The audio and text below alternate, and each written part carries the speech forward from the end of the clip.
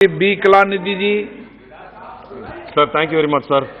Sir, the recent monsoons have wreaked havoc in South Indian states, sir. Andhra, Kerala, parts of Kerala, Pondicherry and Tamil Nadu were badly affected. And especially in Tamil Nadu, sir, it is recorded the third highest amount of rains ever in the history over the last 200 years, sir. So it has caused a lot of inundation and more than 150,000 acres of farmlands have been destroyed. So I request the government the Honorable Chief Minister has written to the government seeking relief where about 2,500 crores of interim relief has been requested, sir. I request you to provide that, and also during this weather conditions there is an app called Mausam, sir.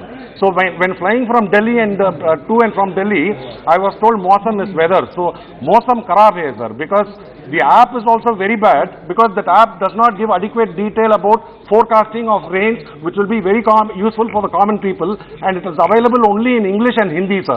I request that the app should be made available in all regional languages so that every can benefit from that, sir. Thank you very much. Shri Ravindranath. Thank you, Speaker, sir. Sir, in Tamil Nadu, grape is cultivated in an area of 2,800 hectares, out of which 2,184 hectares of land are in my Theni parliamentary constituency. So, the district of Theni accounts for major share of grape production in Tamil Nadu. To extend the area of cultivation of commercial grape varieties and to encourage involvement of farmers in grape cultivation with application of scientific methods as well as to increase research and development programs. So I hence request the government through you, sir, to take appropriate action to include the grape research station Anamalayanpatti in my Theni Parliament constituency as one of the regular center under Indian Council for Agricultural Research, All India Coordinated Research Project on Fruits Program with adequate staff, funds and infrastructure. Thank you, sir. D.M. Kadir Anand ji. Thank you, Honorable Speaker, sir. Ambur and Vaniambadi are two important commercial towns in my Vellore Lok Sabha constituency. Both contribute substantially to the foreign exchange and exchequer. Construction of a rail overbridge at Vaniambadi and Reddy Thopu in Ambur are pending for several years. It is LC 533. These two railway overbridge are very important for the passengers of commuters of all walks of life, including office goers, school and college students.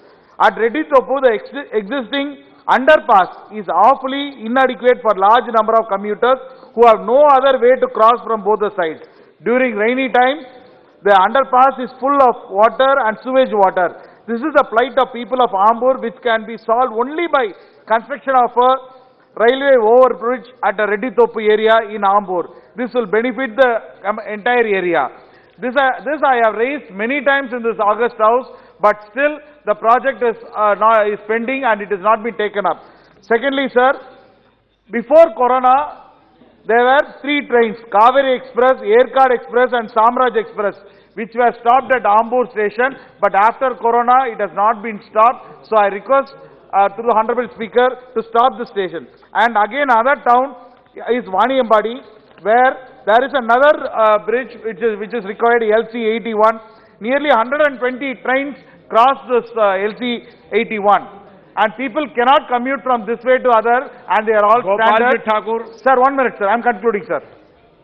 So, I definitely need a railway overbridge.